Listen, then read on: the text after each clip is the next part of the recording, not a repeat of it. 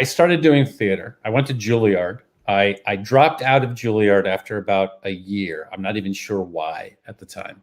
And then I thought I was going to quit, not do theater, and I wound up doing construction in Connecticut. And a friend of mine, Andy Behar, who's now the CEO of the As You Sow Foundation, was a producer at the time.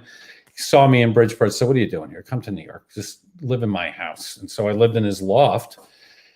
And I started to wait tables. I'm doing the bartending thing, driving cabs, all of it. And I had auditioned for The Guiding Light. Betty Ray was the casting director, amazing, extraordinary casting director who knew my father because my father had done Guiding Light.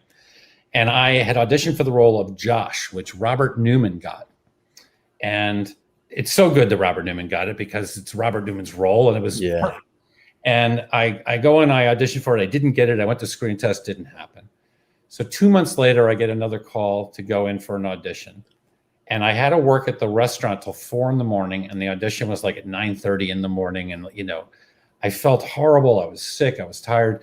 And I go in to see Betty Ray, and Betty Ray's looking up at her television monitor, and she's watching the scenes that are being shot on the floor live. She's got the script in front of her. I walk in, and this is my young, angry, arrogant, young, youthful self.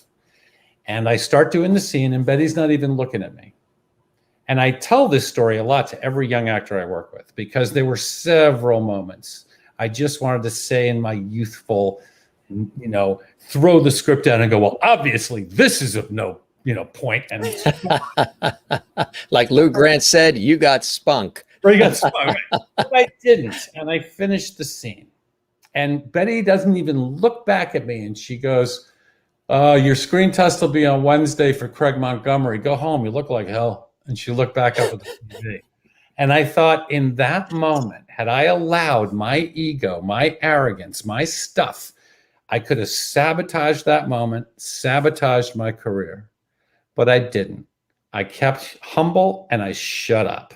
And that part, Craig Montgomery, which for a daytime role particularly, incredibly beautiful part of complexity and depth that most actors don't get a chance to. As the world turns, yeah.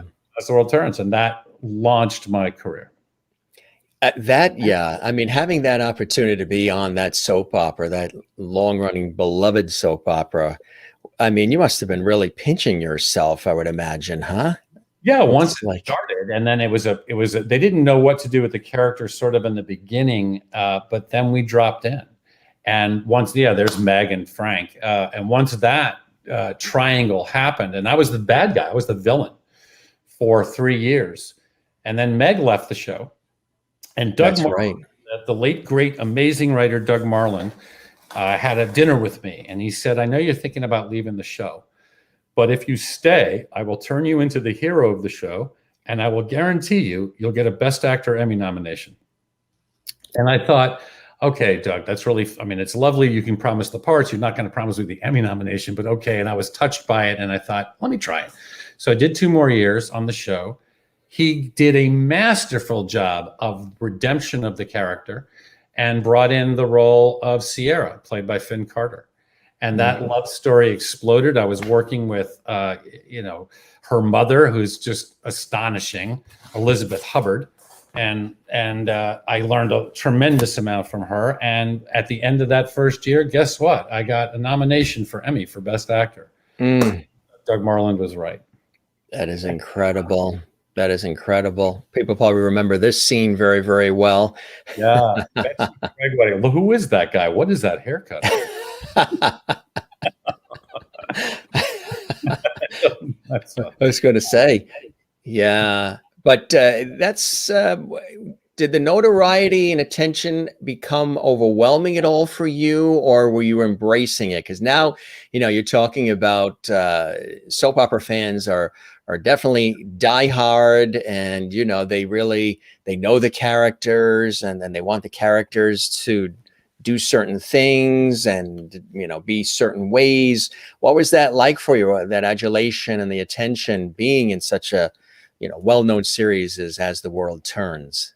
first, it was a little disconcerting. I got a little paranoia stuff, you know, people like recognizing you.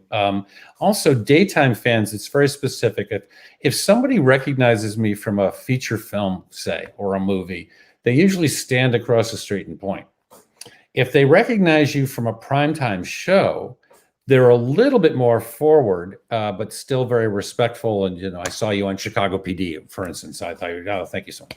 If they know you from daytime, you're in their living room every single day, 5 days a week. And so you're a member of the family.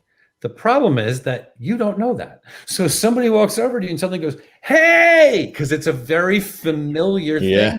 You're on the covers of magazines. Right. But I'm also in their living room and they're in their underwear. So there's a certain, there's a certain familiarity that doesn't happen in primetime or film. And it's a very specific fan base, which of course has shrunk dramatically over the years. When I first left As the World Turns, they were panicking because the audience had dropped down to 18 million viewers. That was panic. And now a primetime show, if you get 6 million, you're ahead.